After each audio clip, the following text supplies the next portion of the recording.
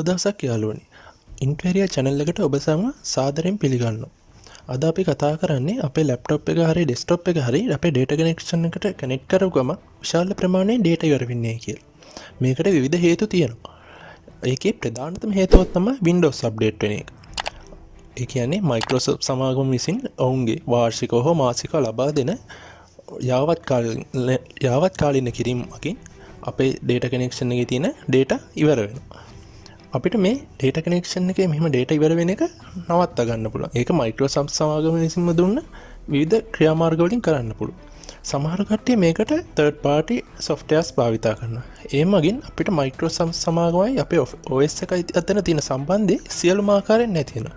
එතකොට අපිට ටිකක් කල් යනකොට OS එකේ විවිධ දෝෂ ඇති වෙන්නත් පුළුවන්. ඒ නිසා Microsoft සමාගම විසින්ම දුන්න features මගින් අපිට මේක නවත්තන්න පුළුවන්. ඒ නවත්තන විදිහ තමයි අද අපි මේ වීඩියෝ එකේදී කියලා දෙන්නේ. මේ කම්පියුටර් එකේ තියෙන Windows 10 මෙහෙයුම් පද්ධතිය මම මේක මූලිකවම අරමුණු කරගත්තේ Windows 10 මෙහෙයුම් පද්ධතිය යාවත් කාලී වීම නවත්තන හැටි ඔකටට කියලා දෙන්න. අපි දැන් ඒ කරන විදිය බලමු. කියලා දෙලා යන්නේ Windows update නවත්තන්න පුළුවන් පළවෙනි ක්‍රමය ගැන. මේක සරල ක්‍රමයක්. අපි කරන විදිය බලමු. මුලින්ම අපි අපේ control panel එක ගන්න ඕනේ. ඒකට අපි එහෙම search එකේ control panel එක search කරලා ගන්නවා. control panel එකේ උඩ තියෙනවා administrative tool කියලා. අපි ඒකට ගිහිල්ලා ඉවර වෙලා ඒකේ යට තියෙනවා services කියලා.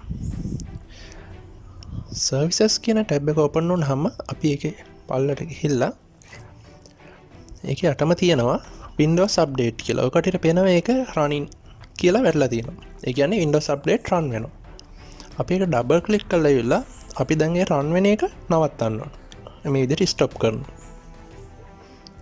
ස්ටොප් කළා ඔකට පේනවා startup type කියලා තියෙනවා. ඒක manual තියෙන එක අපි disable කරනවා. ඊට පස්සේ අනිවාර්යයෙන්ම apply කරලා okay කරන්න. මේක තමයි අපේ පළවෙනි ක්‍රමය Windows update off කරන. හැබැයි ගොඩක් කට්ටියට මේක තියෙන ප්‍රශ්නයක් තමයි මේක දැන් අපි කම්පියුටරේ restart කරපුවාම ආපහු Windows update run වෙන්නේ. අපිට මේක නවත්තන්න පුළුවන් තව විදිහක් තියෙනවා. අපි data connection එක එකම data connection එක පාවිච්චි කරනවා නම් අපිට මේ data connection එකේ settings වලින් අපිට මේ Windows update වෙන එක නවත්තන්න පුළුවන්. අපි ඒ ගැන දැන් බලමු. මුලින්ම අපි අපේ Wi-Fi connection එක පෙන්වන තැනට ගිහිල්ලා එතන යට තියෙන networking and internet setting කියලා. ඒකට ගිහිල්ලා එතන අපිට පෙන්වනවා අපේ data connection එක දැනට connect වෙලා තියෙන එක. ඒකේ තියෙනවා change connection properties කියලා. ඒක යටට ගියාම තියෙනවා metered connection කියලා. අපි ඒක on කරගන්නවා. ඒ කියන්නේ ඒකේ අපේ limit එකකට තමයි අපේ මේක data connection එක use කරන්න කියලා අපි කියනවා. දැන් එතන අපිට පෙන්නනවා අපේ data use වෙලා තියෙන ප්‍රමාණය. මගේ අලුත් Wi-Fi connection එකක් හින්දා දැනට MB 10යි use වෙලා තියෙන්නේ. ඒකේ තියෙනවා මෙතන set limits කියලා. අපි එතෙන්ට ගිහිල්ලා ඉවර වෙලා අපිට අවශ්‍ය ප්‍රමාණයට ලිමිට් එක හදාගන්න. දැන් මගේ MB 10යි යූස් වෙලා තිබ්බ හින්දා මම මෙතනට දාගන්නවා MB 2ක් විතර. මෙතන MB කරගෙන ඊට පස්සේ අපේ monthly reset date එක පළවෙනි දාට දාගන්නවා. ඊට පස්සේ අපි ඒක save කරගත්තාම අපිට message එකක් එනවා දැනටමත් අපේ data connection එක මේ ප්‍රමාණය යූස් කරලා ඉවරයි කියලා.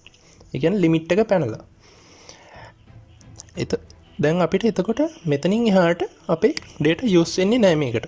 අපිට අවශ්‍ය විදිහට ඉන්ටර්නෙට් යන්න පුළුවන්. නමුත් අප්ඩේට් වලට data use වෙන්නේ නැහැ.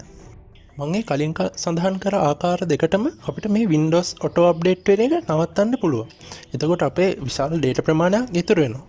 නමුත් Microsoft ආයතනය විසින් මේ අප්ඩේට් ලබා දෙන්නේ අපේ කම්පියුටර් එකේ ආරක්ෂාව සඳහා.